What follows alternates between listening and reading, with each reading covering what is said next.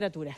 Llegó el verano para muchos, bueno, algunos están disfrutando de esta situación, pero cuando uno entra, por ejemplo, al Instituto Uruguayo de Meteorología y ve lo que es el índice de riesgo forestal, está prácticamente que todo el país en rojo y eso significa muchas cosas. Entre ellas, que tenemos que tener precaución y que hay peligro. Estamos recibiendo aquí en piso al vocero de bomberos. Muchísimas gracias por acompañarnos. Está con nosotros Benítez. Bueno, ¿qué nos puede decir con este mapa en rojo y estas temperaturas que para algunos que suben, que para algunos son una excelente noticia y que para otros... Bueno, hay que tomar precauciones. Sí, tal cual. Bueno, buenas tardes para todos, para la audiencia también, obviamente. Sí, es algo que nos preocupa y justamente aprovechamos para contarle a la población de que en estos días estamos teniendo una cantidad, digamos, mayor que días atrás de incendios de campo. O sea, se ha incrementado ese tipo de actividad. También producto de lo que es el riesgo, obviamente, que al incrementarse el riesgo es más factible de que se produzcan los incendios, pero sobre todo que se propaguen más rápido.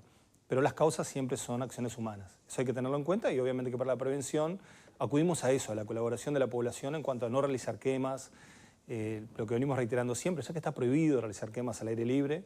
Sí, eso todos los años lo tienen que volver a aclarar y todos los años volvemos a repasar el decreto que comenzó a regir el 1 de noviembre, ¿está bien? Exactamente. Y que va a estar hasta el 30 de abril. Exacto. Y después vamos todos los años vamos al decreto y decimos, bueno, ¿qué es lo que se puede hacer? ¿Se puede quemar basura? ¿No se puede? ¿Se puede quemar la poda? Bueno, nada de eso. Nada, porque en realidad se establece que en una zona urbana donde no haya riesgo se puede realizar alguna quema, pero en realidad, como bien lo decía, el riesgo es máximo para todo el país prácticamente. Entonces, el riesgo ya está. O sea que no se puede realizar quema de ningún tipo, ni de vegetación, ni de residuos, en ningún lugar, aunque sea el campo, el predio, el patio, del mismo que hace el fuego, no lo puede realizar. O sea que el vecino que vea a alguien realizando un fuego debería llamar al 911 y decir, mira, está pasando esto, para que nosotros podamos ir al lugar junto con la policía y, bueno, intervenir en esa situación. Bien, llama el vecino que está, creo que todos hemos visto alguna vez esa situación, llamás al 911, van ustedes con la policía y ¿qué pasa después? Bueno, en primera instancia lo que hacemos es apagar ese fuego. Ya la primera medida es controlar eso y evitamos de que se propague. A veces se puede ver o se puede entender de que es poco, de que es un fuego pequeño y que no va a propagarse. Pero si hay vegetación próxima, como pasa muchas veces en los costados de caminos, de rutas o en basurales, se propaga, como ha pasado en estos días y hoy también. Entonces, lo que tiene que hacer es avisarnos, nosotros vamos al lugar, apagamos ese fuego y después, bueno, se le va a dar intervención a Fiscalía, a la Justicia y se van a tomar las acciones que correspondan. Las acciones que correspondan, ¿cuáles son las sanciones que establece ese decreto? Bueno, primeramente vamos a notificar a la persona de que no lo puede hacer, de que está incumpliendo el decreto. Bien. Y después, bueno, después va a depender de lo que disponga la justicia en cuanto al daño que pueda estar ocasionando también. O sea, eso depende entonces de la magnitud de lo que estaba haciendo. Lo que usted dice, bueno, era un fueguito que no lo apagamos, no pasó nada, no había un riesgo mayor porque era en una zona, no sé, urbana y no había campo cerca y demás. ¿De eso depende la sanción? Depende un poco también de si es una actitud reiterada, de el riesgo que existía en el lugar en el cual estaba realizando el fuego. Entonces todo eso se contempla y de repente puede ser, se notifica a la persona de que ya no lo puede hacer más, va a la seccional o va al juzgado. Han habido ocasiones que han ido al juzgado y el juez le comunica en forma escrita incluso de que no lo vuelve a hacer y si lo vuelve a hacer, ahí sí puede ser un castigo mayor. Bien, después vamos a profundizar, porque tenemos acá a la doctora que capaz que nos puede ayudar. Está el estudiante de Derecho también. Gracias. Que nos puede hacer algún aporte en realidad en qué terminan estas situaciones. Es un delito de peligro, porque basta con encender la llama y que haya un riesgo de propagación. Va de 12 meses a 16 años la graduación posible según... A ver, yo estimo que si yo prendo el parrillero... Pero si me pongo no sé, en el medio de al lado de la volqueta a quemar hojas y basura, puedo ser un desastre. Más ahora, o sea que sí, es un delito de peligro. Yo creo que tiene toda la sanción y más con las condiciones presentes. No está lloviendo, hay viento, hay poca humedad, o sea, está todo el combo perfecto. ¿Y alguien va preso por estas cosas? Bueno, ahí tenés un problema. Ah, yo sospeché que esa iba a ser tu ahí respuesta, tenés Marta. un problema no sé por qué. serio. Porque, primero que nada, tendría que ser una catástrofe. Recordemos que tenemos 16.000 presos, que se priorizan los delitos contra la persona física Y segundo, los criterios, tenés una fiscalía que está atorada. Entonces, a menos que acá la gente diga, bueno, fue una catástrofe, no podemos apagar, tenemos que pedirle a la Fuerza Aérea que nos traigan agua y nos tiren agua. A menos que sea algo de eso, yo creo que si es el vecino que está quemando las hojitas en la puerta, se va a llevar un tirón de orejas y no va a pasar nada. Sí, pero el tema es que no sabemos nunca cuándo ese vecino que está quemando las hojitas en la puerta termina desencadenando una tragedia a la que ustedes después tienen que acudir para asistirnos. Por ejemplo, seguimos con estas cuestiones de lo que se puede y lo que no. Pienso en vacaciones, pienso en un camping, pienso el que está, no sé, al borde de un arroyo en determinado lugar. ¿Y el asado? ¿Hacemos el asado? ¿No hacemos el asado? ¿Qué hacemos con eso? Sí, obvio que sí, se puede. Esa excepción está en el decreto. Se puede realizar un fuego para cocción de alimentos, calentar agua o cocinar algún otro alimento, pero sí extremando las precauciones. O sea, lo que pedimos es que sea en un área libre de vegetación de por lo menos 5 metros de diámetro, o sea, pasto al ras, al suelo, al nivel del suelo, y hacer un círculo con piedras en lo posible o un hoyo, o sea, un pozo, y ahí poner las leñas. Antes de encender el fuego, traer un recipiente con agua y tener un baldecito con agua ahí cerca, por si alguna pavesa o algún elemento encendido es desplegado por el viento y enciende algo lejos de ese fuego. Lo más importante, y eso también se aplica para cualquier tipo de fuego y cualquier prevención de incendios, es estar siempre atentos. O sea, es muy importante que si nosotros somos conscientes de que hay un riesgo, siempre tenemos que estar atentos. Lo que sucede muchas veces es que alguien hace un fuego y se retira del lugar. Va a hacer otra actividad mientras el fuego se aviva un poco o deja la carne en el fuego y va a hacer otra actividad. Y es ahí cuando puede ocurrir de que el viento desplace un elemento encendido y inicie un fuego en otro lado. Entonces eso es importante. Y después lo otro es una vez terminada la actividad, enfriarlo bien, apagarlo totalmente. Si es posible, cubrirlo con tierra también y bueno, después quedamos todos tranquilos. Porque pasa de que al no ver que hay brasas o que hay llamas, piensan que porque ya está en cenizas, no hay riesgo y en realidad sí, porque hay temperatura igual. Bien, usted decía que es el factor humano el desencadenante de todas estas situaciones. Sí. ¿Cuál es la distracción más común? Esta del asado puede ser una. Bueno, sí, y después lo otro, el tema de las quemas, que la gente es imprudente en realizar quemas. Pero ahí también, no es una distracción, ahí hay una intencionalidad de hacer la quema en definitiva. Exacto. Después lo otro es cuando se realizan trabajos con maquinaria, con diferentes herramientas o con vehículos incluso, que por su funcionamiento habitual desprenden temperatura, porque tienen motores o porque generan alguna fricción o rozamiento con metales o piedras. Y es muy habitual en el campo que se enciendan maquinarias que están haciendo su trabajo y hacen fricción con una piedra, hace una chispa y esa chispa enciende la vegetación. Entonces, eso también es causa de incendio. El que fuma y tira la colilla. Sí, también, eso también. Eso también porque, claro, al no ver llama, piensa que quede poco de cigarro, piensa que no va a encender, pero igual, o sea, la temperatura que hay allí es muy grande y si cae en vegetación que está baja de humedad, la inflama. Ya vamos a otros panelistas, pero le consulto cómo están de personal, porque también esa es una cuestión que aparece por estas horas y por estos días, y sobre todo cuando se desencadena un incendio, y cómo están también, cómo estamos a nivel país de recursos técnicos. Bueno, en cuanto a personal, se ha incrementado, como en todos los años, los bomberos forestales, bomberos zafrales, que son contratados de diciembre a abril, y con eso se incrementan 150 funcionarios fijos para diferentes destacamentos y sobre todo para abrir destacamentos temporales en los cuales lo hacemos en forma mixta, o sea, no solamente están esos funcionarios, sino funcionarios efectivos.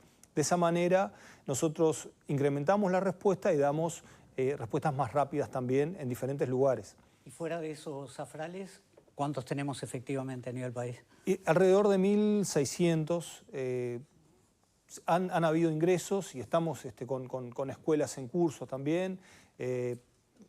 Pero claro, ahí se jubila personal y hay gente que se renueva, entonces, pero más o menos ese es el número de efectivos. Sí, ¿es un número que se mantiene respecto a otros años o esto ha representado un incremento? Y sí, es más o menos, va aumentando, pero poco, aumentando poco, porque los ingresos son a veces de 100, 150, 200, como mucho, sí, por año. Formación, todo eso. Sí, claro. Claro, porque el proceso de formación son de 6 meses, entonces tenemos el proceso de selección y después el de formación, que lleva bastante también. Bien, y veíamos en las imágenes que están detrás suyo, por ejemplo, helicópteros con agua y distintas alternativas que cuando suceden estas cosas se manejan.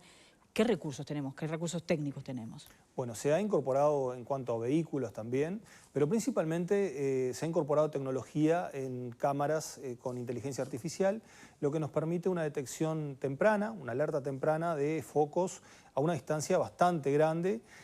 Eso nos ha permitido poder actuar rápidamente antes que el fuego se desarrolle. O sea, se ve una columna de humo a 10 o más kilómetros y se puede monitorear esa columna de humo y llegar a ver si es realmente un incendio y poder actuar rápidamente con la mayor cantidad de recursos.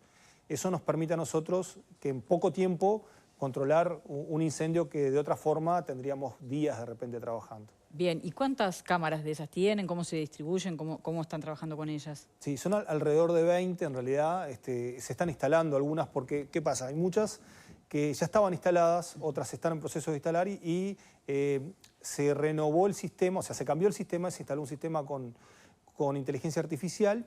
Antiguamente nos daba una zona, ahora nos da una coordenada exacta, lo que nos permite ir directo al punto en el cual se está desarrollando. O sea, eso está instalado fijo en determinados lugares que ustedes definen como estratégicos, imagino, y allí es donde detectan.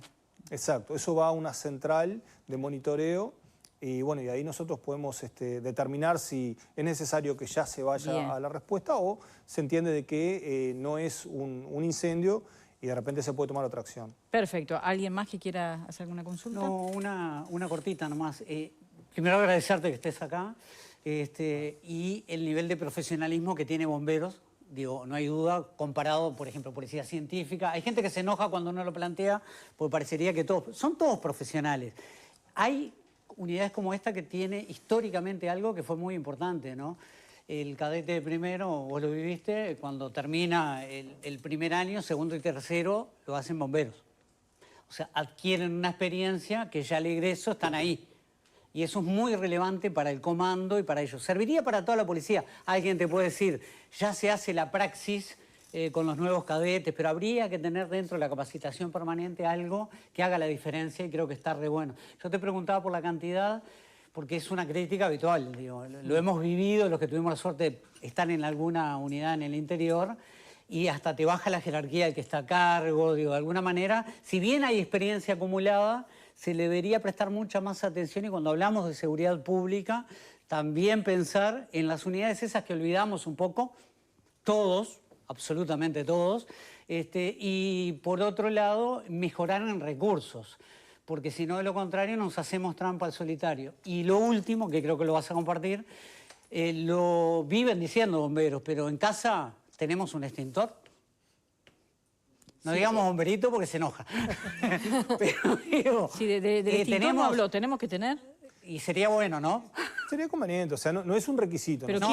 ¿quién sí o sí tiene que tener? Yo creo que todos tenemos. Bueno, pero más no allá de... informás, no sabe más, no. Decir la verdad.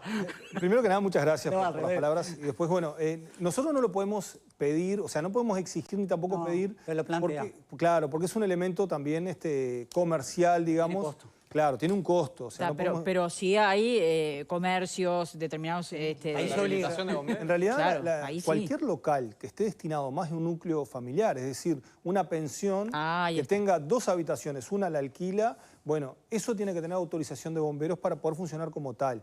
Esa autorización lo que implica es que va a tener medidas de protección, entre ellas extintores, detectores de humo, señalización de emergencia. Bueno, dependiendo del riesgo que suceda allí, son las medidas de protección, además de capacitación específica, porque también está bueno tener extintores, pero también está bueno saber cómo usarlo. ¿Cómo usarlo? Se lo Va de la tira. mano. Sí, Muchísimas cosas. Nos queda un minutito. ¿A ustedes algún, Mauro? Sí, en materia de eso también, lo que enganchaban los compañeros, en materia de comunicación, ¿no? Si se prevé a nivel de campaña en qué medida están trabajando a nivel de las escuelas, de la educación pública. Sí, bueno, ese es un tema importante y que nosotros lo realizamos durante todo el año con escuelas. Nosotros nos proponemos una meta de por lo menos 15.000 niños en el año a los cuales tenemos que capacitar. Superamos, por suerte, ese número, lo hacemos en todo el país, pero eso lo hacemos en el marco de un plan de capacitación. Además de eso, realizamos talleres también con comunidades a las cuales... si nos aceptan, los preparamos para poder, primero, prevenir incendios y después también estar preparados ellos con herramientas para poder enfrentar un posible incendio. Y viene funcionando bien. Qué bueno. Bien, hay además por estas horas campañas a nivel del Sistema Nacional de Emergencias, Sí, ¿verdad? claro. Y advertencias y demás, y toda esta información que está circulando, que a veces por reiterada no está de más, porque cada vez que vienen nos hacen acordar algunas cosas. Una sola cosa, la tarea de ustedes se ve afectada por la edad de los funcionarios. Me imagino que la vida útil de un funcionario que trabaja en bomberos es acotada. No me imagino una persona de 60 años o de 50 y algo haciendo la tarea. ¿Eso es así o no influye? Bueno, hay tareas, digamos, que requiere una disposición física acorde a lo que es el trabajo, ¿no? O sea... La ley no ampara a la policía para que se vayan antes con alguna enfermedad profesional ni nada. Seguimos con la general. Sí, es difícil. Pero debería tomarse en cuenta. Vale para las nuevas Sí, autoridades. de las condiciones de trabajo, Claro. de muchísimas Eso, de esas porque cosas, yo creo que tenemos que seguir hablando. Me imagino que debe ser todo un tema. Hoy era un poquito recordarnos a todos ante las altas temperaturas y este riesgo forestal que está prácticamente en rojo en todo el país. Bueno, tener esta presencia nos parecía importante. claro. Pablo Benítez, vocero de la Dirección Nacional de Bomberos, muchísimas gracias. Gracias a ustedes. Hacemos nosotros la última pausa.